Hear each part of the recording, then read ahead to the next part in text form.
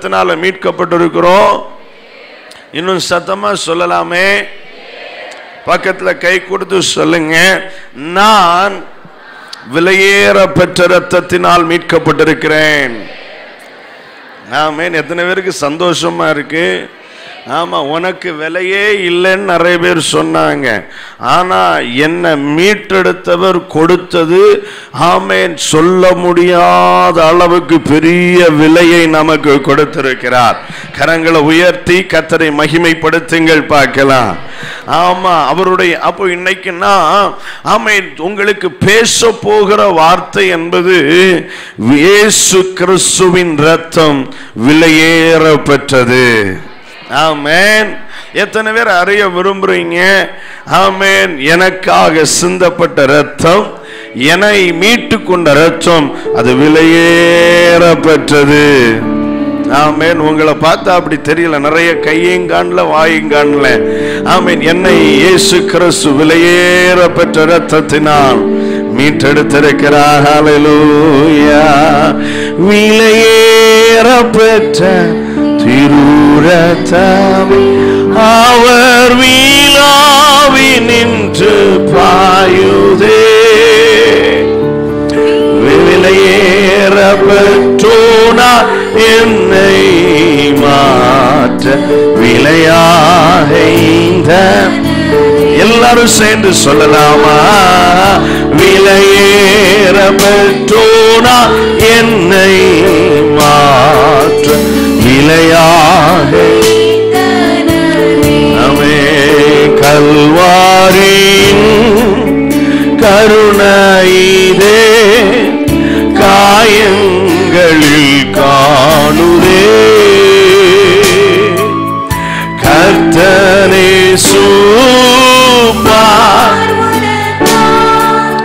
கஷ்டங்கள் சகித்தாரே. கர்த்தரே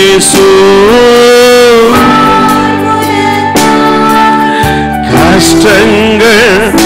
இப்ப சபையா சேர்ந்து சத்தமா சொல்லுங்க, விலையேறப்பட்ட விலையேறப்பட்ட தீருரத்தம் அவர் வீழாவி நின்று பாய். விலையேறப்பட்டோ என்னை மாற்ற விலையாக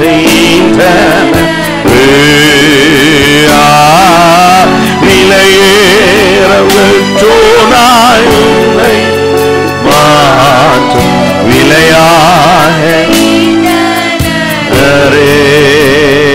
கரங்களை தட்டி ஆண்டவரை மகிமைப்படுத்துங்க. ஆமென். என்னையும் உங்களையும் மீட்டு கொண்ட இயேசு கிறிஸ்துவின் ரத்தம் அது விலையேற பெற்றது. ஆமென். அப்போ இங்கே அப்போஸ்தலனாகிய பேதுரு சொல்லி தருகிறார், விலையேற பெற்ற ரத்தத்தினாலே மீட்கப்பட்டீர்கள்.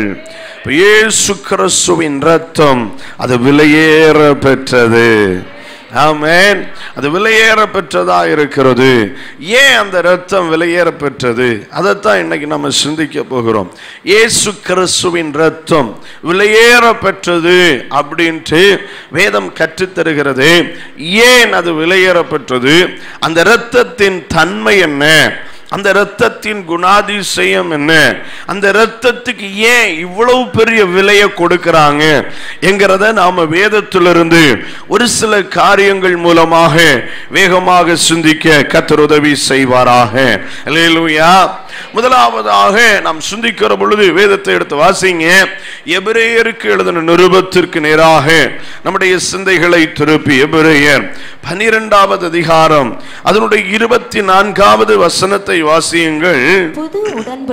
புது உடன்படிக்கையின் மத்தியஸ்தராகிய இயேசுவினிடத்திற்கும் ஆபேலுடைய இரத்தம் பேசினதை பார்க்கிலும் நன்மையானவைகளை பேசுகிற இரத்தமாகிய தெளிக்கப்படும் இரத்தத்தின் இடத்திற்கும் வந்து சேர்ந்தீர்கள். கரங்களை உயர்த்தி அல்லேலூயா சொல்லுங்க.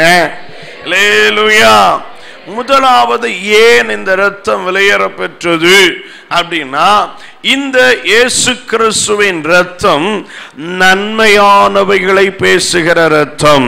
எல்லாரும் அந்த வார்த்தையை சொல்லுங்க, நன்மையானவைகளை பேசுகிற இரத்தம். அதுல என்ன வித்தியாசம் இருக்கு அப்படின்னு தேவ ஜனங்கள் கேட்கலாம். நமக்கு ஒரு கேள்வி வரலாம்.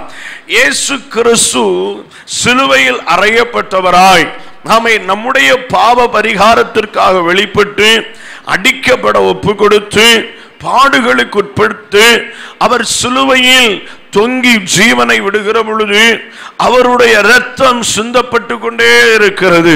சொட்டு சொட்டாக கெத்சமனே துவங்கி, கெத்சமனே தோட்டம் துவங்கி எருசலேமின் தெரு வீதிகளில் ஆமென் அந்த இரத்தங்கள் ஆங்காங்கே சொட்டு சொட்டாய் படிய பிலாத்துவினுடைய அரமனை முற்றத்தில் இரத்த சிதறல்கள் காணப்பட கல்வாரி மேட்டிலே சிலுவையில் அறையப்படுகிற பொழுது அந்த சிலுவையில் இருந்தும் இரத்தங்கள் விழுந்து கொண்டே இருக்கிறது. அந்த ஒவ்வொரு துளி இரத்தமும் அது பேசுகிற வார்த்தை என்ன தெரியுமா? பிதாவே இவர்களுக்கு மன்னியும், தாங்கள் செய்கிறது இன்னதென்றறியாதிருக்கிறார்கள். கரங்களை உயர்த்தி கர்த்தரை மகிமைப்படுத்துங்க.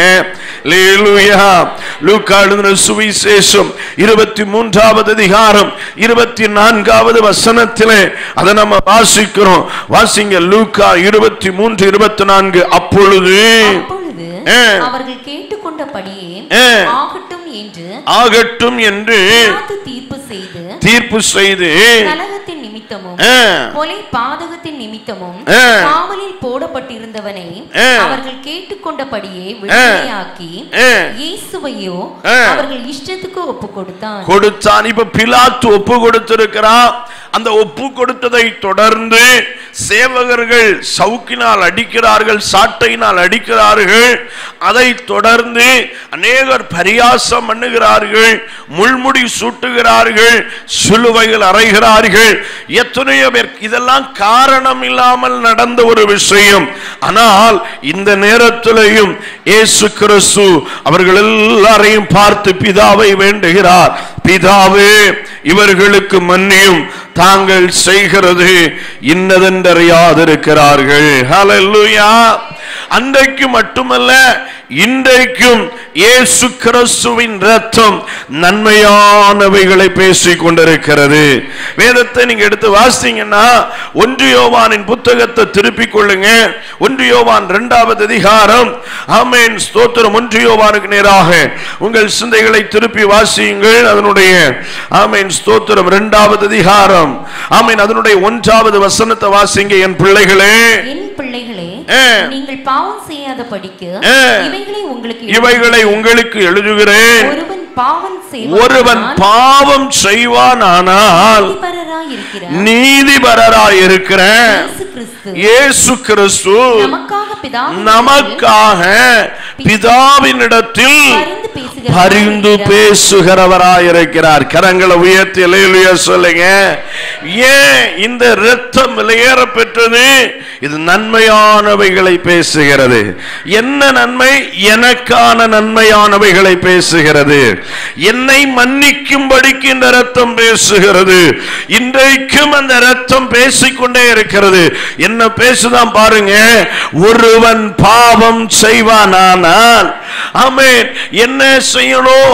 உலகத்தில் உள்ள இரத்தம் என்ன செய்யும்? நல்லா கவனிங்க.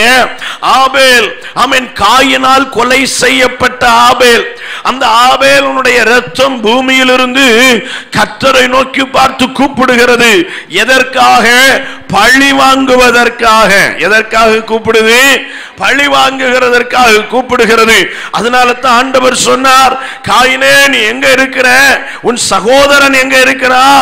ஆமென், அவனுடைய இரத்தம் பூமியிலிருந்து கூப்பிடுகிறது அப்படின்னு காயினுக்கு பழி வாங்க, அவனுக்கு தண்டனை கொடுக்க, அவனை சபிக்க அந்த இரத்தம் ஏது உண்டாக்கிற்று? பாவம் செய்த காயினுக்கு சாபத்தை கொண்டு வருவதற்கு ஆபேலுடைய இரத்தத்தின் சத்தம் உண்டாயிற்று. ஆனால் இன்றைக்கு என்னை மீட்டுக் கொண்ட இயேசு கிறிஸ்துவின் இரத்தம் விலையேற பெற்றது. எதனால்?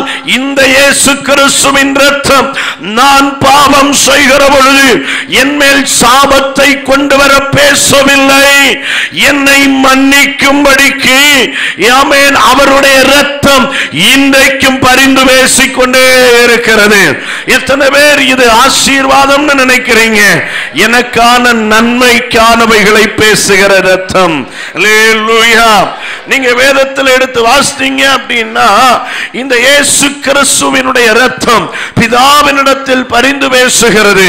ஆகவே தான் அவருக்கு ஒரு பெயர், அவர் மகா பிரதான மேய்ப்பர். ஒரு அல்லேலூயா சொல்லுங்க பார்க்கலாம். ஆமென். அதனால தான் ஆண்டவர் ஆமென் குற்றம் தீர்க்கிறவர்களை பார்த்து சில கேள்விகளை எழுப்பினார். ஆமென். உங்களுக்காக மரித்தவர். ஆமென் ஆமென். யாரையும் குறித்து நீங்கள் குற்றம் சொல்லக்கூடாது, குறை சொல்லக்கூடாது. ரோமாபுரியாருக்கு எழுதுகிற பொழுது 8வது அதிகாரம் அதனுடைய 34வது வசனத்தை எடுத்து வாசியுங்கள். ஆக்கினைக்குள்ளாக தீர்க்கிறவன் ஆக்கினைக்குள்ளாக தீர்க்கிறவன் யார்? கிறிஸ்துவே மரித்தவர். கிறிஸ்துவே மரித்தவர். அவரே எழுந்தும் இருக்கிறவர். அவரே தேவனுடைய வலது பாரிசத்திலும் இருக்கிறவர். நமக்காக வேண்டுதல் செய்கிறவரும் அவரே. ஆமென். ஒரு அல்லேலூயா சொல்லுங்க பார்க்கலாம். ஆமென். இந்த பகுதியில மற்றொரு வசனத்தை வாசிங்க. 33வது வசனத்தை வாசிங்க. தேவன் தெரிந்து கொண்டவர்கள் மேல் குற்றம் சாட்டுகிறவன் யார்? குற்றம் சாட்டுகிறவன் யார்? தேவனே. அவர்களை நீதிமான்களாக்குகிறவர். அப்படி சொல்லி 34வது வசனத்தை சொல்றார்.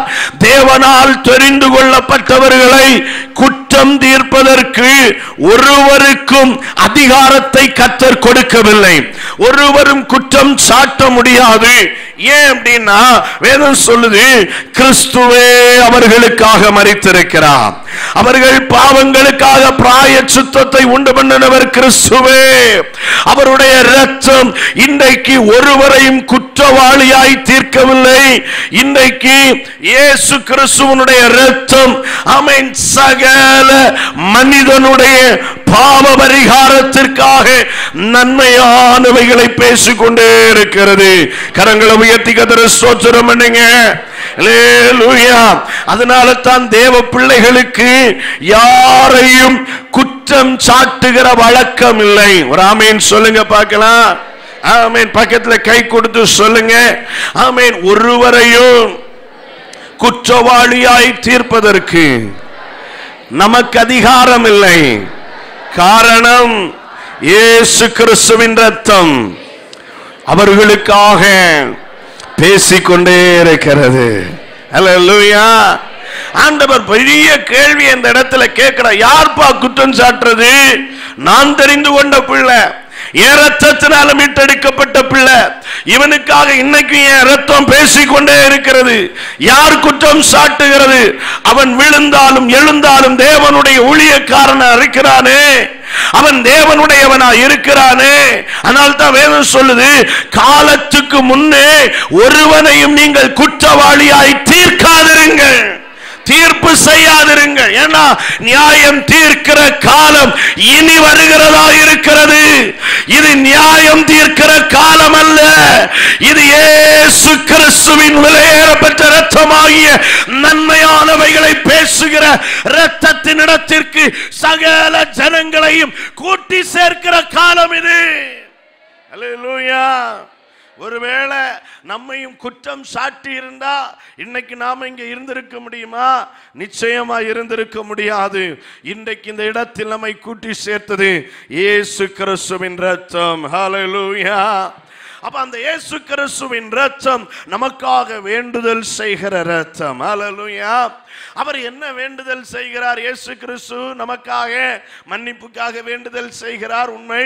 பாவம் செய்கிற பொழுது வேண்டுதல் செய்கிறார், உண்மை. அவர் ஒரு வார்த்தையை சொன்னார். ஆமென். எடுத்து வாசிங்க. யோவான் எழுதின சுவிசேஷ புத்தகம் 14வது அதிகாரம் 16வது வசனத்தை வாசிக்கிற பொழுது இயேசு கிறிஸ்து கடைசியா சொன்ன ஒரு வார்த்தை, நான் நான் பிதாவை வேண்டிக் கொள்ளுவேன், அப்பொழுது என்றென்றைக்கும் உங்களுடனே கூட இருக்கும்படிக்கு சத்திய ஆவியாகிய வேறொரு தேற்றரவாளனை அவர் உங்களுக்கு தந்தருளுவார். கரங்களை உயர்த்தி அல்லேலூயா சொல்லுங்க பார்க்கலாம். ஆமென். எனக்கான நன்மைக்கானவைகளை பேசுகிற ஒரு இரத்தம், அது விலையேற பெற்ற இரத்தம், அது இயேசுவின் இரத்தம்.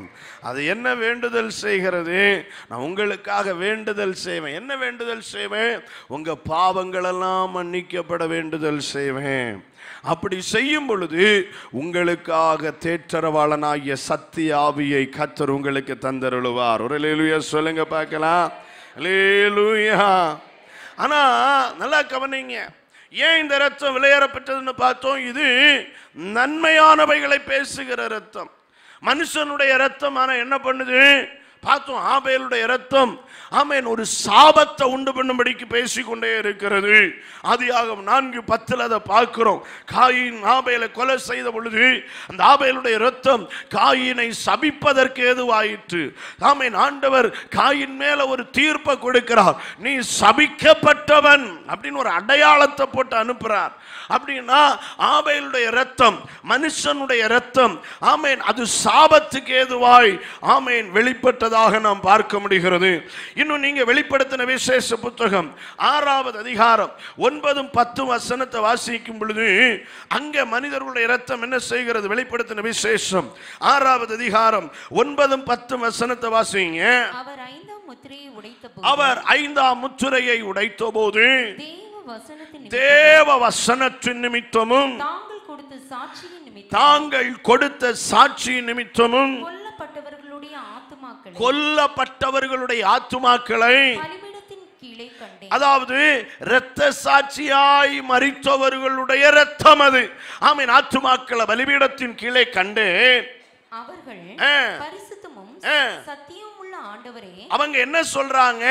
பரிசுத்தமும் சத்தியமும் உள்ள ஆண்டவரே, தேவரீர் பூமியின் மேல் குடியிருக்கிறவர்களிடத்தில் எங்கள் இரத்தத்தை குறித்து எதுவரைக்கும் நியாய தீர்ப்பு செய்யாமலும் பழி வாங்காமலும் இருப்பீர் என்று மகா சத்தமிட்டு கூப்பிட்டார்கள்.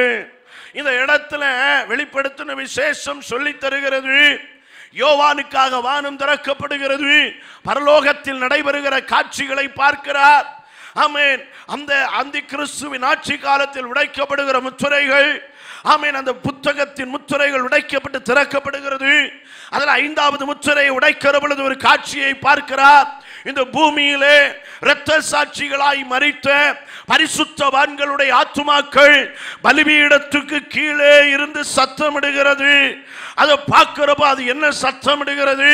பரிசுத்தமும் சத்தியமும் உள்ள ஆண்டவரே, தேவரீர் பூமியின் மேல் குடியிருக்கிறவர்களிடத்தில் எங்கள் இரத்தத்தை குறித்து எதுவரையிலும் நியாய தீர்ப்பு செய்யாமல் இருப்பீர், எதுவரையிலும் நீர் பழி வாங்காமல் இருப்பீர். அப்படியானால் இந்த உலகத்தின் பரிசுத்தவானா இருப்பினும் மனிதனுடைய இரத்தம் நன்மையானவைகளை பேசுகிறதில்லை. எப்பொழுது நியாயம் தீர்ப்பீர், எப்பொழுது பழி வாங்குவீர், எப்பொழுது சபிப்பீர் அப்படின்னு தான் மனிதனுடைய இரத்தம் சத்தமிட்டு கொண்டிருக்கிறது. இந்த இரத்தங்களின் நடுவிலே என்னை மீட்டெடுக்கும்படியாக சிந்தப்பட்ட இயேசு கிறிஸ்துவின் இரத்தம் மட்டும் எப்படி சத்தமிடுகிறது? பிதாவே, இவர்களுக்கு மன்னியும். ஆமென். அவருக்கு விரோதமாய் துரோகம் செய்த, அவருக்கு விரோதமாய் பாவம் செய்த, அவருடைய ஆமென் பரிசுத்தத்தை குலைத்து போட்ட ஆமென் சர்வ சிருஷ்டிகராகிய அவரை தொழுது கொள்ளாமல் நாமே சிருஷ்டித்த விக்கிரகங்களை தொழுது கொண்டு வந்த நம்மை பார்த்து அந்த இரத்தம் எப்படி சத்தமிடுகிறது? பிதாவே, இவர்களுக்கு மன்னியும், தாங்கள் செய்கிறது இன்னதென்று அறியாதிருக்கிறார்கள் என்று என் நன்மைக்கானவைகளை பேசுகிற இரத்தம் இயேசு கிறிஸ்துவின் இரத்தமாகையால் எனக்கு அந்த இரத்தம் விலையேற பெற்றது. எத்தனை பேர் ஆமென் சொல்றீங்க?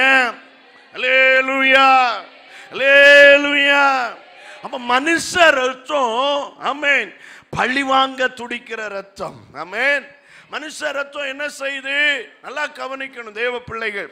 மனுஷ ரத்தம் நியாய தீர்ப்பு. ஆமென். நீங்க யாருக்காவது துரோகம் பண்ணீங்களா? அந்த மனிதனுடைய ரத்தம் என்ன செய்யும்? அவனுக்கு நியாய தீர்ப்பு கொடும், அவனை பழிவாங்கும் அப்படின்னு சத்தமிடும். ஆனா இயேசுவின் ரத்தம் என்ன செய்யும்? இவனை மன்னிங்க. ஒரு அல்லேலூயா சொல்லுங்க. ஆமென். இந்த ரத்தம் எப்படி பரிந்து பேசுகிறது? இந்த ஒரு வருஷம் கூட நிக்கட்டும், கனி கொடுத்தா பார்ப்போம், இல்லாட்டா நம்ம அதை அழிச்சு போடலாம். ஆமென். உலகத்தில் இருந்து நம்முடைய கர்மங்கள், பிறப்பு நிமித்தம் வந்த பாவத்தின் சாபத்தின் வினைகள் எல்லாம் இங்க மனிதனுடைய இரத்த வண்ணமாய் சத்தமிடுகிறது. அவனை அழிச்சிரும், அவனை சபியும், அவனை நியாயம் தீரும், அவனுக்கு பழி வாங்கும், அவனுக்கு தண்டனை கொடும், அவன் இனி வாழக்கூடாது, அவன் இனி அழியணும் அப்படின்னு ரத்தம் எல்லாம் சத்தமிடும். ஆனா என் இயேசு கிறிஸ்துவின் ரத்தம் எனக்காக என்ன செய்யும்? இல்ல, ஒரு வருஷம் கூட பார்ப்போம், நான் இதற்கு ஆமென் இதை களைப்பிடுங்கிறேன், இதை கிளைய வெட்டுறேன், இதை நான் எரு போடுறேன், இதை நான் பராமரிக்கிறேன், இதுக்கு என் ரத்தத்தை கொடுக்கிறேன், என் ஜீவன் அதற்குள்ள வெளிப்படட்டும், ஒரு வருஷம் கூட போகட்டும், இன்னும் கொஞ்ச நாள் பார்ப்போம் அப்படின்னு தேவனுடைய தண்டனைய, நியாய தீர்ப்ப, பழி வாங்குதல என்னை விட்டு அகற்றுவதற்காய் பேசுகிற ரத்தம். ஆகவே வேதம் சொல்லுகிறது, இயேசு கிறிஸ்துவின் ரத்தம் அது விலையேற பெற்ற ரத்தம். அல்லேலூயா. ஆமென். எத்தனை பேர் அந்த விலையேற பெற்ற ரத்தத்தால் கழுவப்பட்டிருக்கிறீங்க? ஆமென். அந்த ரத்தத்துக்காக ஸ்தோத்திரம் செலுத்தலாமா? ஆமென். கர்த்தருக்கு மகிமை உண்டாகட்டும். இன்னும் மனிதனுடைய ரத்தம் என்ன செய்யும் பாருங்க. தாவீதுனுடைய நாட்கள்ல நம்ம பார்த்தா, தாவீதை பார்த்து கர்த்தர் சொல்லுகிற ஒரு வார்த்தை உண்டு. நீங்க வேதத்தில் எடுத்து வாசிக்கிற பொழுது 1 நாளாகமம் 17வது அதிகாரம், 1 நாளாகமம் 17வது அதிகாரத்துக்கு நேராக திருப்புங்க. அதனுடைய 1வது வசனத்தை வாசிங்க. தாவீது தன் வீட்டிலே வாசமாய் இருக்கிற போது அவன் தீர்க்கதரிசி ஆகிய நாத்தானை நோக்கி, பாரும்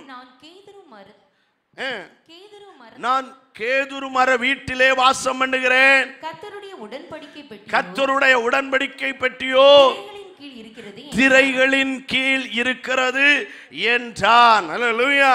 உடனே நாத்தான் தீர்க்கதரிசி, இவர் ஒரு தீர்க்கதரிசி ஆனாலும் தாவீதுனுடைய சிநேகிதர். அப்ப அவர் என்ன சொல்றாரு? தாவீதே, நீர் உம்முடைய மன விருப்பத்தின் இருதயத்தில் இருக்கிறதையெல்லாம் செய்யும், தேவன் உமோடு இருக்கிறார் அப்படின்னு சொல்லிட்டு நாத்தான் போயிட்டார். தாவீது ராத்திரி ஃபுல்லா கனவு பார்த்திருப்பார். நான் கர்த்தருக்கு என்ன கட்ட போறேன்? கொஞ்சம் சத்தமா சொல்லுங்களேன். ஆலயம் கட்ட போறேன். ஆமென். தாவீதுக்கு ஆலயத்துக்கு போறதுனாலே மகிழ்ச்சி. அந்த தாவீதுக்கு ஆலயத்தை கட்டுறது எவ்வளவு சந்தோஷமா இருக்கும் நினைச்சு பாருங்க. ஆமா, சாலமோன் ஆலயத்தை கட்டினாலும் ஆலயத்தை கட்டுறதுக்கு என்னெல்லாம் தேவையோ சகலவற்றையும் சபதரித்து வைத்தவர் யாரு? தாவீது. அப்படின்னா தாவீதுனுடைய கனவு தான் அந்த சபதரித்து வச்ச எல்லாமே. அப்போ அவ்வளவு கனவு கண்டு ராத்திரி ஃபுல்லா தூக்கமே இருந்திருக்காது தாவீதுக்கு.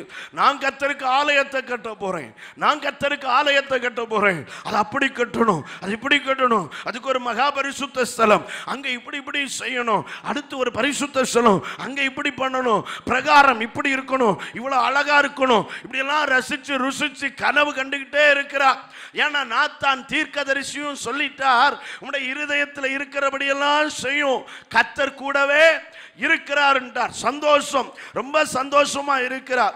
இப்போ ஆமென். திடீர்னு நாத்தானுக்கு கர்த்தருடைய வார்த்தை உண்டாகுது தீர்க்கதரிசிக்கு. அவர் என்ன சொல்றார்? 3வது வசனத்துல இருந்து வாசிங்க.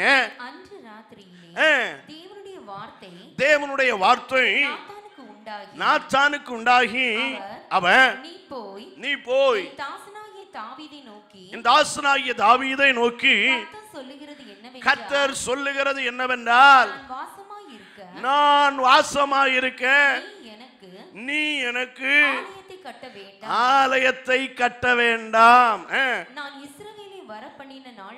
அடுத்து 11வது வசனத்தை வாசிங்க. ஏன் இதை சொன்னார்? 11, 12. பிதாக்களிடத்திலே போக உன் நாட்கள் நிறைவேறும் போது நான் உனக்கு பின்பு புத்திரரில் ஒருவனாகிய உன் சந்ததியை எழும்ப பண்ணி அவன் ராஜ்யத்தை ஏற்படுத்துவேன். அவன் எனக்கு ஒரு ஆலயத்தை கட்டுவான். அவன் எனக்கு ஒரு ஆலயத்தை கட்டுவான். ஒரு அல்லேலூயா சொல்லுங்க பார்க்கலாம். அல்லேலூயா.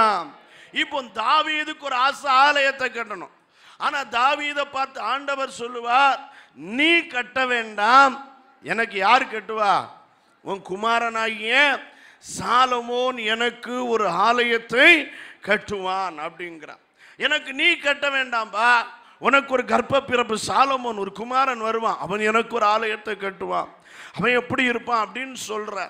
எதனால இந்த வார்த்தையை சொல்றார்? நீங்க எடுத்து வாசித்தீங்கன்னா 1 நாளாகமம் 22வது அதிகாரம் அதனுடைய 8வது வசனத்தை வாசிங்க. ஆனாலும் கர்த்தருடைய வார்த்தை எனக்கு உண்டாகி, நீ திரளான இரத்தத்தை சிந்தி. கர்த்தர் என்ன சொல்லி இருக்கிறார்? நீ திரளான இரத்தத்தை சிந்தி பெரிய யுத்தங்களை பண்ணினாய். பெரிய யுத்தங்களை பண்ணினாய். நீ என் நாமத்திற்கு ஆலயத்தை கட்ட வேண்டும். ஆலயத்தை கட்ட வேண்டாம். எனக்கு முன்பாக மிகுதியான இரத்தத்தை தரையிலே சிந்த பண்ணினாய். நல்லா கவனிங்க. தாவீதை பார்த்து கர்த்தர் சொல்றார், எல்லாரும் இங்க கவனிங்க. ஏன் நீ ஆலயத்தை கட்டக்கூடாது? நீ நிறைய இரத்தத்தை சிந்தி இருக்கிற. அதுக்கு ஒரே வார்த்தை, உன் கை இரத்தத்தினால் நிறைந்திருக்கிற, இரத்தக்கரை படிந்திருக்கிறது. அப்போ ஏன் தாவீதை கர்த்தர் ஆலயம் கட்ட விடல அப்படின்னா, அவனிடத்தில் காணப்பட்ட அநேக மனித இரத்தங்கள் சொல்லுது, இவன் ஆலயத்தை என்ன செய்யக்கூடாது? கட்டக்கூடாது. எத்தனை பேருக்கு அந்த வார்த்தை புரியுது? ஆமென். ஆலயத்தை நீ கட்டக்கூடாது. தாவீதுக்கு அந்த பாக்கியம் கிடைக்கல. நம்மை விட எவ்வளவோ பெரிய ஒரு மனுஷன், தேவனுடைய இருதயத்திற்கு ஏற்றவன். அப்படிப்பட்ட ஒரு மனிதன் ஆலயத்தை கட்டணும்னு நினைச்சார். அப்போ அவன் சிந்தின ரத்தம், மனித ரத்தம், அவன் ஆலயத்தை கட்டுறதை தடை பண்ணுச்சு. ஒரு அல்லேலூயா சொல்லுங்க பார்க்கலாம். இந்த இடத்துல எத்தனை பேர் இருக்கிறோமே, நம்ம செய்த தவறுகள்ல எத்தனையோ மனிதர்களுடைய இரத்தம் சாமியின் சத்தமிடுது. இவங்களுக்கு ஒரு நல்லது நடக்கவே கூடாது, இவன் கர்த்தரண்ட சேரவே கூடாது. ஆமென். அதனால தான் நிறைய குடும்பங்களை சத்துரு பிரித்து பிரித்து வைக்கிறான் தேவ சமூகத்தில் இருந்து. ஆனால் இங்க நல்லா கவனிங்க, இயேசு கிறிஸ்துவின் ரத்தம் இதுல எப்படி வித்தியாசமா இருக்குது அப்படின்னு நீங்க பார்த்தீங்க அப்படின்னா, இன்னைக்கு ஆமென் ஆண்டவர் ஊழியம் செய்கிற பொழுது மத்தேயு 16வது அதிகாரத்தில் ஒரு பெரிய வார்த்தை ஒன்று சொல்றார். உலகம் நடுங்குகிற ஒரு வாக்குத்தத்தம் அது. மத்தேயு 16வது அதிகாரம் 18வது வசனத்தை வாசிங்க பார்க்கலாம். மேலும் நான் உனக்கு சொல்லுகிறேன், நீ பேதுருவாய் இருக்கிறாய். இந்த கல்லின் மேல் என் சபையை கட்டுவேன். இந்த கல்லின் மேல் என் சபையை கட்டுவேன். பாதாளத்தின் வாசல்கள் அதை மேற்கொள்வதில்லை. அல்லேலூயா சொல்லுங்க பார்க்கலாம். இப்போ மத்தேயு 16:18க்கு வரும் பொழுது இயேசு கிறிஸ்து சொல்லுகிறார், நீ பேதுருவாய் இருக்கிறாய். இந்த கல்லின் மேல், இயேசு தன்னை சொல்லுகிறார், இந்த கல்லின் மேல் நான் என் சபை என்ன செய்ய போறேன்? கட்ட போறேன். பாதாளத்தின் வாசல்கள் அதை மேற்கொள்ளுவதில்லை அப்படின்னார். இப்போ இந்த இடத்துல இயேசு கிறிஸ்து சபையாகிய ஆலயத்தை குறித்து பேசுகிறார். சபையாகிய ஆலயத்தை குறித்து, இந்த ஆலயத்தின் திறப்பு விழாவை ஆமென் பேதுருவை கொண்டு நடத்துறார். அது அடுத்த வசனத்தில் தீர்க்க தரிசனமா சொல்லி இருக்கிறார். இப்போ இந்த ஆலயம் ஆமென் ஆமென் ஆமென் கட்டுகிறதை குறித்து பார்க்கிற பொழுது வேதம் என்ன சொல்லி இருக்கிறது? ஆமென் தலைக்கு மூலைக்கல்லாக இருக்கிறவர் ஆண்டவர் இயேசு கிறிஸ்து. கரங்களை உயர்த்தி ஆமென் சொல்லுங்க பார்க்கலாம். கட்டப்படுகிற சபைக்கு மூலைக்கல் இயேசு நானா இருக்கிறேன் அப்படின்னு சொல்றார். சொல்லி இப்ப எபேசியர்ல எடுத்து வாசிங்க அந்த வசனத்தை. அந்த வசனம் அழகா தெளிவா சொல்லுது. எபேசியர் 2வது அதிகாரம் 20வது வசனம் நமக்கு சொல்லி தருகிறது. வாசிங்க. அப்போஸ்தலர் தீர்க்கதரிசிகள் என்பவர்களுடைய அஸ்திவாரத்தின் மேல் நாம கட்டப்பட்டவர்களுமாய் இருக்கிறீர்கள். இயேசு கிறிஸ்து தாமே மூலைக்கல்லா இருக்கிறார். இப்ப 22ஆம் வசனத்தை வாசிங்க. அவர் மேல் நீங்களும், ஒரு அல்லேலூயா சொல்லுங்க. ஆமென். அவர் மேல் யாரு? நீங்களும். நீங்களும்னா யாரு? சத்தமா யாரு? எல்லாரும் சொல்லுங்க. நான். ஆமென். நாங்களும். பக்கத்தில் எல்லாரும் கை கோத்து கொள்ளுங்களேன். கை கோத்து பிடிச்சு சொல்லுங்க, இயேசு கிறிஸ்துவின் மேல் நாங்களும் ஆவியினாலே தேவனுடைய வாசஸ்தலமாக கூட்டி கட்டப்பட்டு வருகிறோம். பெரிய ஒரு அற்புதத்தை சொல்றேன், எத்தனை பேருக்கு புரியும்னு தெரியல. தாவீது ஆலயத்தை கட்டக்கூடாதுன்னு மனுஷ ரத்தம் தடை பண்ணுச்சு. ஆமென். மனுஷ ரத்தம் தாவீது ஆலயத்தை கட்டக்கூடாம தடை பண்ணுச்சு. ஆனா இன்னைக்கு ஏன் தெரியுமா இயேசு கிறிஸ்துவின் ரத்தம் விலையேற பெற்றன்னு மகிழ்ச்சியா சத்தமா பேசுறேன். இந்த ரத்தம் என்னையே ஆலயமாய் மாற்றி விட்டது. ஆலயத்தை கட்டுறதுக்கே பர்மிஷன் கொடுக்காத மனுஷ ரத்தம், ஆனா என்னையே ஆலயமாக கட்டி எழுப்புகிற இயேசு கிறிஸ்துவின் ரத்தம். எத்தனை பேருக்கு இது விலையேற பெற்றதுன்னு தெரியுது? ஆமென். எத்தனை பேர் சந்தோஷமா இருக்கிறீங்க? ஆமென். ஆலயம் கட்டுறது வேற, ஆலயம் ஆகிறது வேற. ஆமென். ஆலயம் கட்டுறதுக்கே தகுதி இல்லைன்னு மனுஷ ரத்தம் சொல்லும், இயேசுவின் ரத்தம் சொல்லும், நீ தேவனுடைய ஆலயம், உன்னில் நான் வாசம் பண்ணுகிறேன், உன்னின் நாள் மகிமைப்படுவேன். இன்னைக்கு சொல்றேன், ஆவிக்குரிய அனுகிரகங்களை, ஆவிக்குரிய ஊழியங்களை, ஆவிக்குரிய ஆசீர்வாதங்களை இது உனக்கு உரியது அல்ல என்று சமூகம் எதையெல்லாம், ஆமீன், அது யாரா இருக்கலாம், யார் உனக்கு சொல்லலாம் இது உனக்குள்ளது இல்லை, இது உனக்கு கிடையாது, இந்த ஆசீர்வாதம் உனக்கு கிடையாது, தெய்வீக சமூகம் உனக்கு கிடையாது, இந்த ஊழியம் உனக்கு இல்லை அப்படிலாம் சொல்லலாம். ஆனா இன்னைக்கு அதிகாரமுள்ள இயேசு நாமத்தினால் தேவ மனிதனாய் நின்று கர்த்தருடைய பட்சத்தில் நின்று சொல்லுகிறேன், ஒரு விலையேற பெற்ற இரத்தத்தினாலே மீட்டெடுக்கப்பட்டிருக்கிறீர்கள் நீங்கள். அந்த இரத்தம் ஆமென் உங்களில் ஏதாவது நன்மையை செய்கிறதுன்னு சொல்றதை விட உங்களையே ஆலயமாக்கி அந்த ஆலயத்தில் அவர் வந்து வாசமாக இருக்கிறார். நம்மை ஒரு திருச்சபையாக ஆலயமாக அவர் கட்டி எழுப்புகிறார். அதுதான் அவருடைய வாசஸ்தலம். ஹல்லேலூயா. மனுஷ ரத்தம் உன்னுடைய ஆவிக்குரிய ஆசீர்வாதங்களை தடுக்கும். இயேசு கிறிஸ்துவின் ரத்தம் உன்னுடைய ஆவிக்குரிய ஆசீர்வாதங்களை ஆமென் உன்னையே ஆசீர்வாதமா மாற்றும். எத்தனை பேருக்கு புரியுது? நான் ஒரு வார்த்தையை கேட்கிறேன், கர்த்தரால் ஏவப்பட்டு நீங்க ஆசீர்வதிக்கப்பட விரும்புறீங்களா, நீங்க ஆசீர்வாதமா இருக்க விரும்புறீங்களா? அதுக்கு ரெண்டுக்கு வித்தியாசம் இருக்கு. ஆமென். ஆபிரகாம்ட்ட ஆண்டவர் என்ன சொல்றார்? நீ ஆசீர்வாதமாய் இருப்பாய், பூமியில் உள்ள வம்சங்கள் எல்லாம் உனக்குள்ள என்ன செய்யப்படும்? ஆசீர்வதிக்கப்படும். அந்த வார்த்தை சாதாரணம் இல்ல. நம்ம வீட்டில எல்லாம் எழுதி வைப்போம், நீ ஆசீர்வாதமா இருப்பேன் அப்படின்னா நம்ம என்ன நினைக்கிறோம்?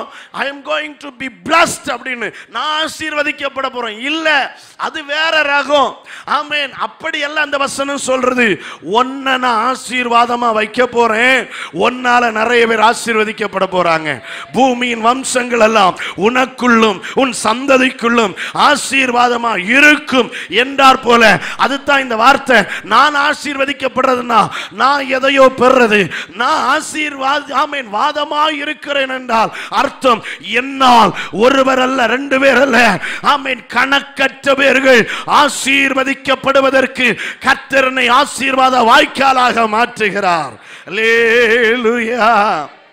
நல்லா கவனிங்க, இன்னும் இதை விளங்க வைக்கிறேன். இந்த பரிசுத்த தெய்வத்தின் நாமத்தை உச்சரிப்பதற்கே நாம் தகுதியற்றவர்கள். உண்மைன்னு சொன்னா கையை உயர்த்தி ஆமென் ஒரு அல்லேலூயா சொல்றதுல தப்பு இல்லை. ஆமென். நான் சொல்றேன், நான் இந்த இயேசு கிறிஸ்துவின் நாமத்தை உச்சரிப்பதற்கு தகுதியற்றவன். ஆமென். என்னில் பல பிழைகளும் குறைகளும் காணப்படுகிறது, ஆனால் தகுதியற்றவன். உண்மைதான். ஆனா இன்னைக்கு ஆமே என்ன ஒரு ஆசீர்வாதமா மாற்றல, என்னை அநேகருக்கு ஆசீர்வாதமாய் மாற்றி இருக்கிறார். ஆமென். அதாவது என்ன கொண்டு ஆலயத்தை கட்டுறது வேற, என்னையே ஆலயமாக்குகிறது வேற. இந்த உலகத்தில் நம்முடைய தவறுகளின் நிமித்தம் மனித ரத்தம் எல்லாம் சொல்லுகிறது, வேண்டாம், இவன் தகுதி இல்லை, இவன் தகுதியற்றவன், இவனால முடியாது, இவன் செய்யக்கூடாது என்று. ஆனா பரலோகம் சொல்லும், இல்ல, இவனை கொண்டு அல்ல, இவனையே ஆலயமாக்கி இவனுக்குள்ள என் வாசஸ்தலத்தை வச்சு நான் என்னாலும் இவனில் மகிமை பட நான் விரும்புகிறேன். எத்தனை பேர் ஆசீர்வாதமா கர்த்தரை மகிமைப்படுத்துறீங்க? தலைக்கு மேல கையை தட்டி, தலைக்கு மேல கையை தட்டி, நல்ல கையை தட்டி ஆண்டவரை ஸ்தோத்திரம் பண்ணுங்க பார்க்கலாம். ஆபிரகாமின் ஆசீர்வாதம் என்பது ஆசீர்வாதமா இருக்கிறது இல்ல, பிறருக்கு blessing. ஓ தலை சாய்க்கும் கல் நீரையா, மூளை கல் நீரையா, நான் நம்பி தலை சாய்க்கும் கல் நீர். நல்லா கையதடி சொல்லணும். மூளை கல் நீரையா, ஏல்பத்தே இது வானத்தின் வாசல், என் ஏசையா ஆசீர்வாதத்தின் ஏல்பத்தேல் ஏல்பத்தே இது வானத்தின் ஏசையா. நல்ல கையத்தடி பிள்ளைங்களாம். எஸ் ஆசீர்வாதத்தின் மேற்கு கிழக்கு வடக்கு தெற்கு பரம்புமாயின்றீரே, பூமியின் தூளை போல் உன் சந்ததி பெருகும் என்று வாக்குரைத்தீரே. மேற்கு ஆமென் பரம்புவாயின்றீரே, பூமியின் தூளை போல் உன் சந்ததி பெருகும் என்று வாக்குரைத்தீரே. சொன்னதை செய்யும் அளவு என்னை கைவிடவே சொன்னதை செய்யும் அளவும் என்னை கைவிடவே மாட்டீ. ஏல்பத்தே இது வானத்தின் ஏசையா, ஏசையா ஆசீர்வாதத்தின் பூமியின் வம்சங்கள் உனக்குள் சந்ததிக்குள் ஆசீர்வதிக்கப்படும் என்று ஆசீர்வாத வாய்க்காலாக என்னை விசுவாசமா சொல்லுங்க. பூமியின் இயேசுவின் ரத்தம் என்னை ஆசீர்வாதமாக்கினது அல்ல, ஆசீர்வாத வாய்க்காலாய் மாற்றினது. ஆமென் ஆமென். சொன்னதை செய்யும் அளவும் என்னை கைவிடவே இயேசப்பா சொன்னதை கைவிடவே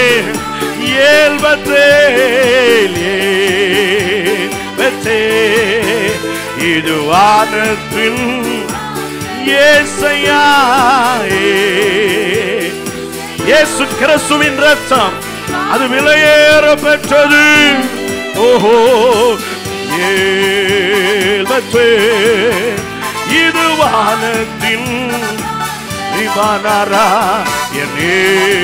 என்னேசையா ஆசீர்வாதத்தின் வாசல்.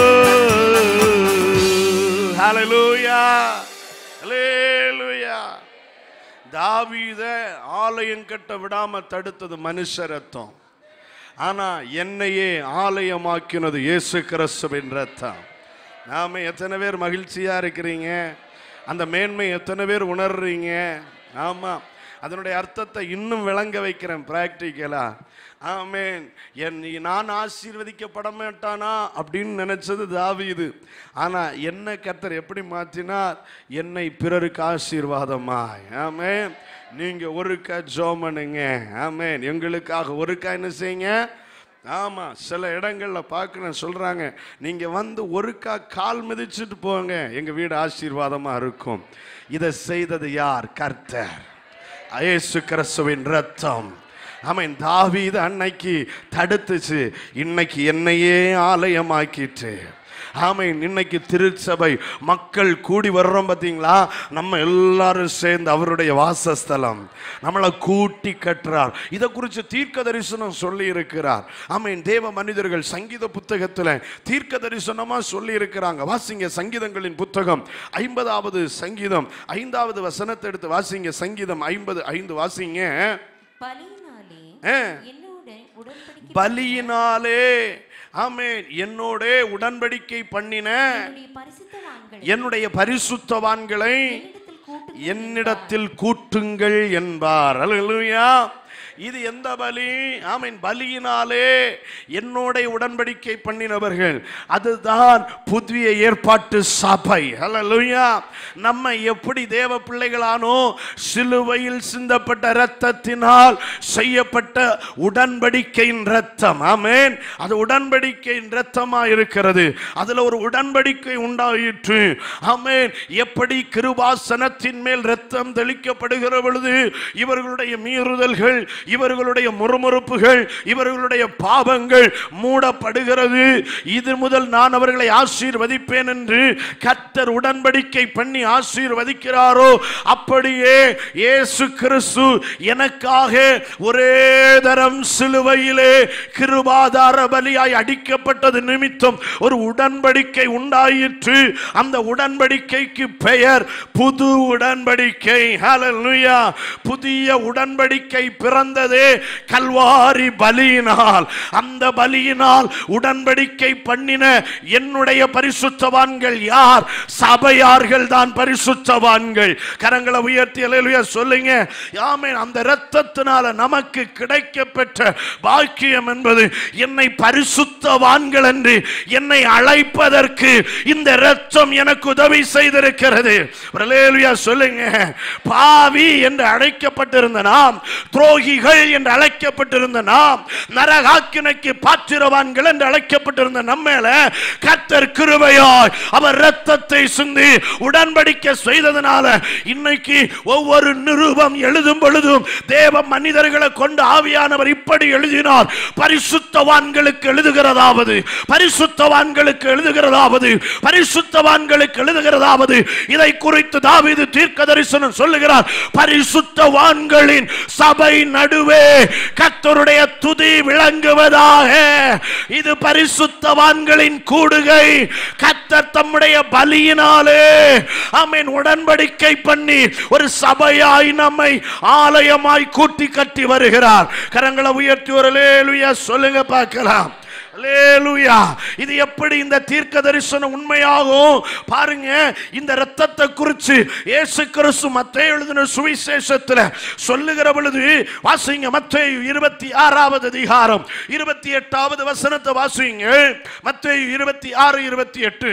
இது தான் காட்டி கொடுக்கப்படுகிற அந்த ராத்திரியிலே இயேசு கிறிஸ்து பஸ்கா முடித்து ஆசரித்து எழுந்திருந்து ஆமென் அவர் திராட்சரசத்தை கரத்தில் எடுத்து சொல்லுகிறார். இது பாவ மன்னிப்பு உண்டாகும்படி அநேகருக்காக சிந்தப்படுகிற புது உடன்படிக்கைக்குரிய. அப்ப இந்த ரத்தம் எதுக்குள்ள ரத்தம்? புது உடன்படிக்கைக்குரிய ரத்தம். எல்லாரும் சத்தமா சொல்லுங்க. ஆமா. இப்ப நம்ம பார்க்கிறது என்ன ஆலயமா எப்படி கட்டுறார்? புது உடன்படிக்கைக்குரிய ரத்தத்தினால கட்டுறார். அல்லேலூயா சொல்லுங்க பார்க்கலாம். ஆமா. தாவீது அங்க தீர்க்க தரிசனமா சொல்றார். பலியினாலே ஆமென் உடன்படிக்கை பண்ணின எல்லா பரிசுத்தவான்களையும் கூட்டுறார். அது எப்படி அது நிறைவேறுகிறதுங்க? இந்த இயேசு கிறிஸ்துவின் ரத்தம் புது உடன்படிக்கைக்குரிய ரத்தமா இருக்கிறது. அல்லேலூயா. இந்த புது உடன்படிக்கையின் ரத்தத்தினாலே சபை கட்டப்பட்டிருக்கிறது. அதனால்தான் வாசிங்க அப்போஸ்தலர் 20:28 ஆண்டவர் சபையை குறித்து என்ன சொல்லுகிறார்? அப்போஸ்தலர் 20:28 எடுத்து வாசிங்க. ஆகையால் உங்களை குறித்தும் தேவன் தம்முடைய சுய இரத்தத்தினாலே சம்பாதித்துக் கொண்ட போதும். இங்க வசனம் என்ன சொல்லுது பாருங்க. இயேசு கிறிஸ்து தம்முடைய சுய இரத்தத்தினாலே சம்பாதித்துக் கொண்ட சபை, அதுதான் புதிய உடன்படிக்கைக்குரிய ஜனம். ஒரு அல்லேலூயா சொல்லுங்க பார்க்கலாம். நாம் எல்லாரும் யாரு? புதிய உடன்படிக்கைக்குரியவர்கள். ஆமென். புதிய உடன்படிக்கைக்குரியவர்கள். அந்த புதிய உடன்படிக்கைக்குரிய இரத்தம் என்னை சபையாய் கட்டி எழுப்புகிறது. கரங்களை உயர்த்தி அல்லேலூயா சொல்லுங்க. மனுஷ ரத்தம் தாவீது ஆலயம் கட்ட தடை பண்ணுச்சு. இந்த இயேசு கிறிஸ்துவின் ரத்தம் புதிய உடன்படிக்கை உண்டு பண்ணி என்னையே ஆலயமாய் கட்டி எழுப்புகிறது. ஹல்லேலூயா, ஹல்லேலூயா. இன்னைக்கு திருச்சபைகள் கட்டப்படுவது எதனால் தெரியுமா? இயேசு கிறிஸ்துவின் இரத்தத்தினால் தேவனுடைய வீடாகிய சபை கட்டப்பட்டு கொண்டே வருகிறது. நம்முடைய ஊழியம் கட்டப்படுறதும் இயேசு கிறிஸ்துவின் இரத்தத்தினால். நம்முடைய சபை கட்டப்படுகிறதும் இயேசு கிறிஸ்துவின் இரத்தத்தினால். இதற்கு கிரயம் செலுத்தினவர் இயேசு கிறிஸ்துவே. அதனால தான் சொல்றேன், இயேசு கிறிஸ்துவின் இரத்தம் அது விலையேற பெற்றதாக இருக்கிறது. ஹல்லேலூயா. அப்போ ஆமென், இயேசு கிறிஸ்துவின் இரத்தம் விலையேறப்பட்டு எதனால்? அது எனக்கு நன்மையானவைகளை பேசுகிறது. ஆமென். ஆனா மனுஷ ரத்தம் என்ன செய்யுது? நியாய தீர்ப்பு செய்ய மாட்டீரான்னு கேட்குது, பழி வாங்க மாட்டீரான்னு கேட்குது, சபிக்க மாட்டீரான்னு கேட்குது, இவங்களை அழிக்க மாட்டீரான்னு கேட்குது. மனுஷ ரத்தம் என்ன செய்யுது? என்னை ஆலயம் கட்ட விடாம என்ன செய்யுது? தடுக்குது. ஆனா இயேசுவின் ரத்தம் என்னை ஆலயமாக மாற்றி இருக்கிறது. ஆமென். திருச்சபை நாம் எல்லாரும் இணைந்து கர்த்தருடைய வாசஸ்தலமா இருக்கிறோம், ஆலயமா இருக்கிறோம். வேதம் சொல்லுது அது அவருடைய இரத்தத்தினாலே அவர் செய்கிற கிரியைகள். அப்போ இயேசுவின் இரத்தத்தினால சபை தோன்றினது. ஆமென். இந்த அனுபவம் நம்முடைய வாழ்க்கையில என்னைக்கும் காணப்படணும். அல்லேலூயா சொல்லுங்க. அல்லேலூயா. அடுத்து இயேசு கிறிஸ்துவின் இரத்தத்தை குறித்து எனக்கு சொல்ல இருக்கிற ஒரு முக்கியமான விஷயம், அநேகர் இயேசு கிறிஸ்துவின் இரத்தத்தை குறித்து குற்றம் சாட்டினார்கள், குற்றப்படுத்தினாங்க இயேசு கிறிஸ்துவின் இரத்தத்தை. ஆனா வேதம் இந்த இயேசு கிறிஸ்துவின் இரத்தத்தை குறித்து என்ன சொல்லுது? வேகமா அதை கொஞ்சம் பார்ப்போம். ஏன் அந்த இரத்தம் விலையேற பெற்றது? சங்கீதம் 94:21 எடுத்து வாசிங்க. சங்கீதம் 94:21 வாசிங்க. அவர்கள் நீதிமானுடைய ஆத்துமாவுக்கு விரோதமாய் கூட்டம் கூடி, அவர்கள் நீதிமான்களுடைய ஆமென் இரத்தத்துக்கு ஆத்துமாவுக்கு விரோதமாய் கூட்டம் கூடி குற்றமில்லாத இரத்தத்தை குற்றப்படுத்துகிறார்கள். குற்றம் இல்லாத இரத்தத்தை குற்றப்படுத்துகிறார்கள். இயேசு கிறிஸ்துவை குறித்து தீர்க்க தரிசனமா பாடின சங்கீதம். இந்த சங்கீதத்தில் இயேசு கிறிஸ்துவின் இரத்தத்தை குறித்து என்ன சொல்லியிருக்க அந்த வசனம் பாருங்க. ஆமென். அவர்கள் நீதிமானுடைய ஆத்துமாவுக்கு விரோதமாய் கூட்டம் கூடி குற்றமில்லாத இரத்தத்தை குற்றப்படுத்துறாங்க. அல்லேலூயா சொல்லுங்க பார்க்கலாம். அல்லேலூயா. அல்லேலூயா. இயேசு கிறிஸ்துவின் இரத்தத்தையே குற்றப்படுத்தினவங்க நம்ம இரத்தத்தை விட்டு வைப்பாங்களா என்ன? ஆமென். பக்கத்துல கை கொடுத்து சொல்லுங்க, இயேசு கிறிஸ்துவே குற்றப்படுத்தினாங்க, உங்களை குற்றம் படுத்த மாட்டாங்களா என்ன? இதுக்கு போய் சோகமா இருக்கலாமா? ஆமென். எத்தனை பேருக்கு புரியுது? ஆமா. பாவம் செய்யாத அவரையே என்ன செய்யல? விட்டு வைக்கல. அப்ப தப்பு பண்ற நம்மளை விட்டா வைப்பாங்க? ஆமென். சரி, இப்ப தீர்க்க தரிசனமா சொல்றாங்க. ஆமென். அவர் குற்றமில்லாத இரத்தத்தை குற்றப்படுத்துகிறார்கள். அப்படின்னா என் இயேசு கிறிஸ்துவின் இரத்தம் ஏன் விலையேறப்பட்டது தெரியுமா? அது குற்றமில்லாத இரத்தம். அது எப்படிப்பட்ட இரத்தம்? குற்றமில்லாத இரத்தம். ஆமென். வேதத்தில் வாசித்தீங்கன்னா இயேசு குற்றமற்றவர். நிறைய விஷயங்களை நான் அடிக்கடி சொல்ற விஷயம், இயேசு பரிசுத்தர் என்று எங்கெல்லாம் வருதோ நான் ஆமென் முடிந்த அளவு பிரசங்கங்களில் இயேசு பரிசுத்தர் என்பதை நான் ஆணித்தரமாக சொல்லிக்கிட்டே இருப்பேன். இன்றைக்கு ஒரு சில வசனங்களை வாசிக்கலாம். இயேசு பரிசுத்தர், அவர் குற்றமில்லாத இரத்தத்தை உடையவர். வேதத்தை எடுத்து வாசிக்கிற பொழுது மத்தேயு 27வது அதிகாரம் 4வது வசனத்தை வாசிங்க. மத்தேயு 27:4. குற்றமில்லாத இரத்தத்தை நான் காட்டிக் கொடுத்ததினால். இது யாரு சொல்றா? யூதாஸ் காரியோத் பணப்பைய சுமந்துகிட்டே நடந்தார்ல, இயேசு நம்பி பணப்பொறுப்பை கொடுத்தார்ல. ஆமென். பணப்பொறுப்பை யார்கிட்ட கொடுப்போம்? ஹலோ, பணப்பொறுப்பை யார்கிட்ட கொடுப்போம்? நம்பிக்கைக்கு அப்படித்தான் கொடுப்போமா இல்லையா? ஆமென். ஆமா. ஆனா அந்த நம்பிக்கைக்குரியவர் காட்டி கொடுத்து விட்டார், துரோகம் செய்துட்டு. இப்போ வந்து சொல்ற வார்த்தையை பாருங்க, குற்றமில்லாத இரத்தத்தை நான் காட்டி கொடுத்தேனே. இயேசு சிலுவையில் வர போறதுக்கு ஃபர்ஸ்ட் துவக்கத்தை குறிச்சாலே யார் தான்? யூதாஸ் அவரே இப்போ சாட்சி கொடுக்கிறார், இயேசு குற்றமற்றவர், குற்றமில்லாத இரத்தம் இயேசு கிறிஸ்துவின் இரத்தம். ஹல்லேலூயா. இந்த இயேசு கிறிஸ்துவை குறித்து யூதாஸ் சொன்ன சாட்சி, இயேசு குற்றமற்றவர். பேதுரு முதலாம் நிருபத்தில் 1வது அதிகாரம் வாசிக்க கேட்ட அதே 19வது வசனத்தில் இன்னும் அங்கே திருத்தமாக சொல்கிற 1 பேதுரு 1:19 வாசிங்க. குற்றமில்லாத இங்க பாருங்க, அங்க யூதாஸ் என்ன சொல்றாரு?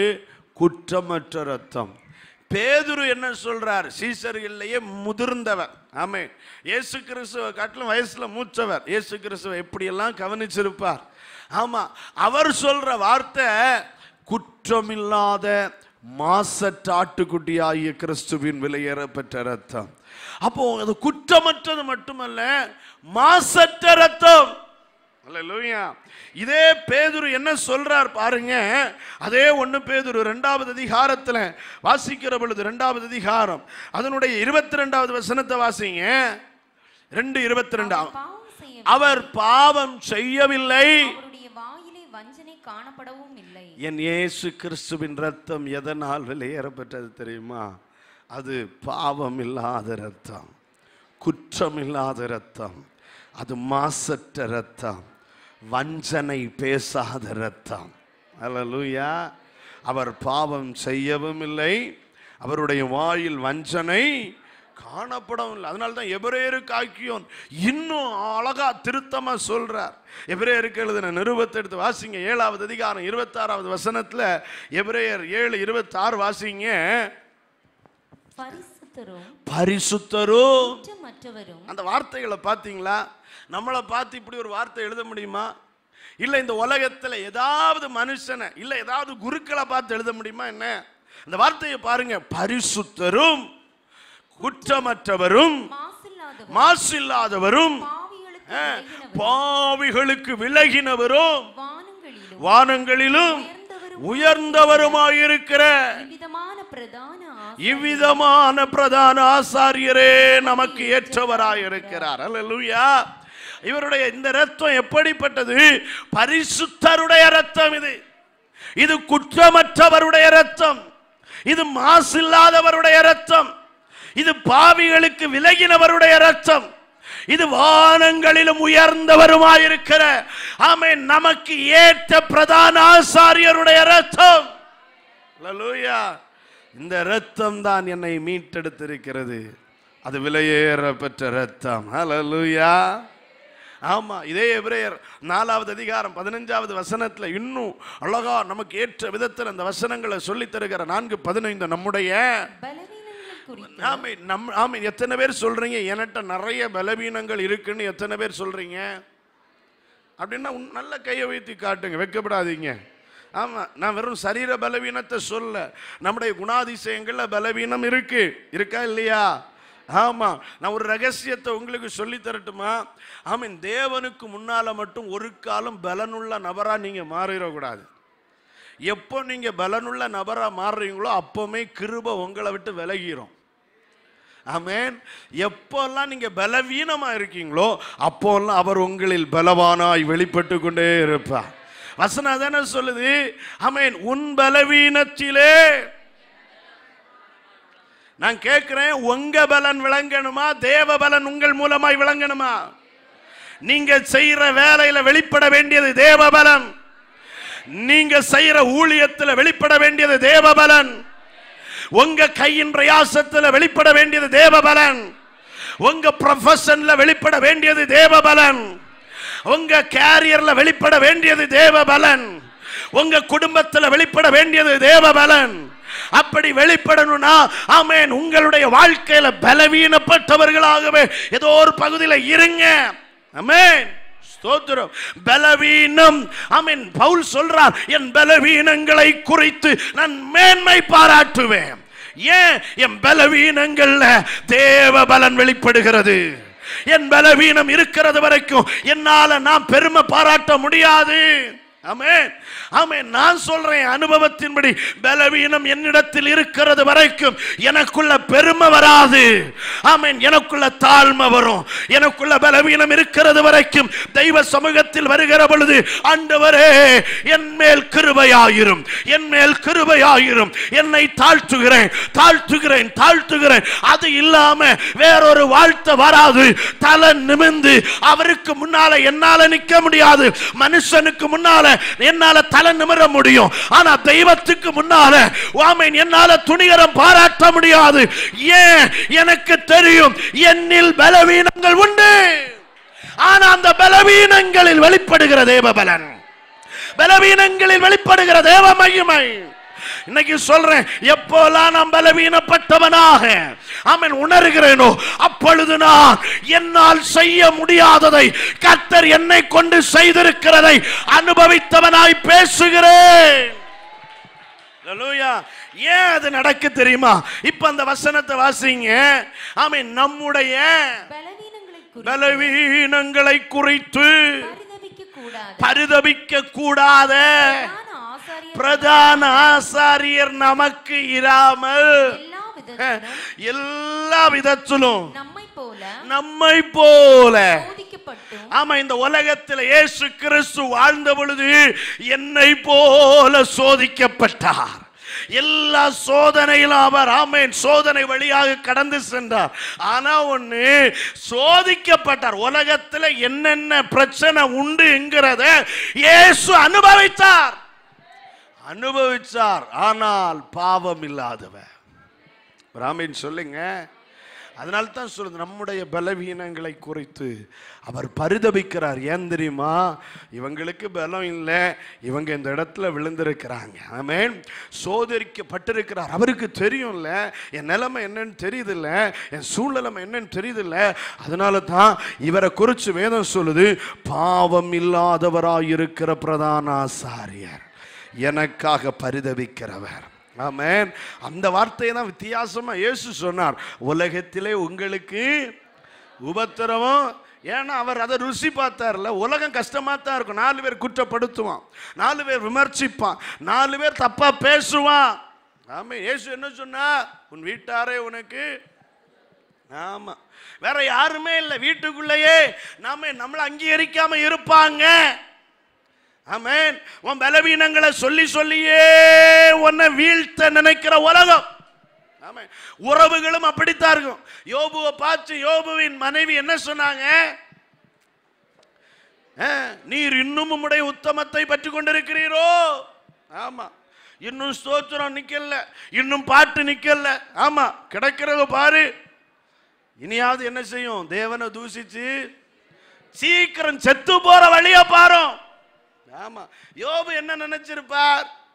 எல்லாம் போனா எனக்கு என்ன, வாழ்விலும் தாழ்விலும், ஆமா, எல்லாத்துலயும் கூட இருப்பேன். மரணம் நம்மை, ஆமா, அவங்களும் சொன்னதுல தப்பு இல்லை இல்லையா? மரிச்ச பிறகு பிரச்சனை இல்லை. ஆனா சொல்ற சீக்கிரம் மரிச்சு போவோம். ஆமா. கூடவே இருப்பான்னு சொன்னவளும் இப்ப இப்படி பேசுறாளே. ஆண்டவர் சொல்றார், இப்படித்தான் பேசுவாங்க. ஆமேன். ஆமேனா இல்லையா? இப்படிதான் பேசுவாங்க. ஆமா. உடனே மனைவியை மட்டும் நினைச்சிடக்கூடாது, புருஷர்களும் பேசுவாங்க. ஆமா. சாத்தான் அன்னைக்கு யோபுவுக்கு வீட்டில் மனைவியை கையில் எடுத்தான். இப்ப மனைவியை சோதிக்கணும்னா யாரை கையில் எடுப்பான்? புருஷங்களை. பெற்றோரை சோதிக்க யாரை கையில் எடுப்பான்? ஆமா, பிள்ளைகளே சொல்லும். ஆமா, இனியாவது நிறுத்தக்கூடாதா ஜெபத்தை அப்படின்ட்டு. அப்போ நினைக்கணும், இனிதான் நான் இனி ஜெபம் பண்ணணும். ஆமா. ஆமேன். ஒரே இரிட்டேஷனா இருக்கு. பிரச்சனை இல்லை, அது அவனுக்கு அல்ல இரிட்டேஷன், அந்த அசுத்த ஆவிக்கு இரிட்டேஷன். நான் துதிக்கிறது மனுஷனுக்கு பிரச்சனை இல்லை, அவனுக்குள்ள இருக்கிற அசுத்த ஆவிக்கு. ஆமா. என்ன பிள்ளைகளை சோதிக்க பெற்றோரை கையில் எடுக்கலாம். ஆமேன். யார வேணாலும் கையில் எடுக்கலாம். ஒரு அல்லேலூயா சொல்லுங்க பார்க்கலாம். நல்ல சத்தமா சொல்லுங்க. ஆனா எனக்காக சிந்தப்பட்ட ரத்தம் விலையேறப்பட்டது. ஏன்? எனக்காக பரிதவிக்கிற ரத்தம். ஆமா, எனக்காக பரிதவிக்கும் அந்த ரத்தம். ஏன்னா அது இது என்ன போலவே சோதிக்கப்பட்டு பாவம் இல்லாதிருக்கிற இயேசு கிறிஸ்துவின் ரத்தம். கரங்களை உயர்த்தி ஒரு அல்லேலூயா சொல்லுங்க பார்க்கலாம். அதனால தான் 2 கொரிந்தியர் 5:21 சொல்லுகிறது, நாம் அவருக்குள் தேவனுடைய நீதியாகும்படிக்கு பாவம் அறியாத அவரை நமக்காக பாவமாக்கினார். இயேசு பாவம் அறியாதவர், எனக்காக பாவமானார். கரங்களை உயர்த்தி நல்ல ஒரு அல்லேலூயா சொல்லுங்க பார்க்கலாம். அவருக்கு மற்றொரு பெயர் இருக்கிறது, தீமையை பார்க்க மாட்டாத சுத்த கண்ணன். எத்தனை பேர் சொல்றீங்க இயேசு பரிசுத்தர்? அப்ப அந்த பரிசுத்தம் உள்ள ரத்தம் விலையேற பெற்றதா, விலை குறைந்ததா? ஆமா, 24 கேரட் தங்கம்னா அது விலை கொடுத்து தான் என்ன செய்யணும்? ஆமா, எவ்வளவு சுத்தம் கூடுதலோ அவ்வளவு விலை என்ன செய்யணும்? கொடுக்கணும். என் இயேசு கிறிஸ்துவின் ரத்தம் பாவம் இல்லாத ரத்தம், குற்றம் இல்லாத ரத்தம், மாசற்ற ரத்தம், அது பாவமே இல்லை. கரங்களை உயர்த்தி கர்த்தரை மகிமைப்படுத்துங்க பார்க்கலாம். அல்லேலூயா. அப்போஸ்தலர் நடபடிகள் புத்தகத்தை எடுத்து வாசிக்கிற பொழுது ஆமேன், அன்றைக்கு ஆமேன் என்ன உபதேசங்களை வகுக்கணும் அப்படிங்கிற ஒரு பிரச்சனை அன்றைய திருச்சபைகளுக்குள் எழும்பி இருந்தது. அப்பொழுது ஆமேன் அன்றைக்கு இருந்த யாக்கோபு என்ன சொல்லி கொடுக்கிறார் அப்படின்னா, ஆமேன் நீங்கள் ஆமேன் இரத்தத்துக்கும் ஆமேன் இப்படிப்பட்டவைகளுக்கெல்லாம் என்ன செய்யணும்? விலகி இருக்கணும் அப்படின்னு சொல்றார். ஒரு அல்லேலூயா சொல்லுங்க பார்க்கலாம். அதாவது ஒரு வார்த்தையில் சொல்றேன், இந்த உலகத்தின் எந்த இரத்தமும் புசிக்கத்தக்க இரத்தம் அல்ல. ஒரு ஆமீன் சொல்லுங்க. எந்த இரத்தமும் புசிக்கத்தக்க இரத்தம் இல்லை. ஆனா இயேசு கிறிஸ்துவின் இரத்தத்தை குறித்து அவர் என்ன சொன்னார் தெரியுமா? என் மாம்சத்தை புசித்து என் இரத்தத்தை பானம் பண்ணுகிறவனுக்கு இந்த இரத்தம் எனக்கு ஜீவனை தருகிற இரத்தம், நான் புசிக்கத்தக்க இரத்தம், நான் புசிக்கத்தக்க இரத்தம். எல்லாரும் சொல்லுங்க, நான் புசிக்கத்தக்க இரத்தம். எனக்குள்ள கிறிஸ்துவின் ஜீவனை கொண்டு வருகிறது, பரலோக மகிமையை கொண்டு வருகிறது. என்னுடைய இரத்தத்தை பானம் பண்ணுகிறவன் எவனோ அவன் நிலைத்திருப்பான், அவனுக்கு நித்திய ஜீவன் உண்டு, அவனை நான் கடைசி நாளில் எழுப்புவேன். இயேசு கிறிஸ்துவின் இரத்தத்தை புசிக்கிறதுக்கு இந்த உலகத்தில் ஆண்டவரே சொன்ன கட்டளை இரத்தத்தை புசிக்க கூடாது. ஆனால் இயேசு சொன்னார், என் இரத்தம் உங்களுக்கு மெய்யான பானமாய் தருகிறேன். எத்தனை பேர் சொல்றீங்க இது விலையேற பெற்ற ரத்தம்? ஹல்லேலூயா. எல்லாத்துக்கும் மேல ஒரு வார்த்தையை சொல்லி நான் ஜெபிக்க விரும்புகிறேன்.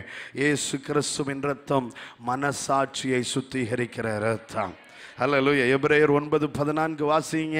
வாசித்து நாம ஜெபிக்க போகிறோம். எபிரேயர் 9:14 வாசிங்க. நித்திய ஆவியினாலே தம்மை தாமே பழுதற்ற பலியாக தேவனுக்கு ஒப்பு கொடுத்த கிறிஸ்துவினுடைய இரத்தம் ஜீவனுள்ள தேவனுக்கு ஊழியம் செய்வதற்கு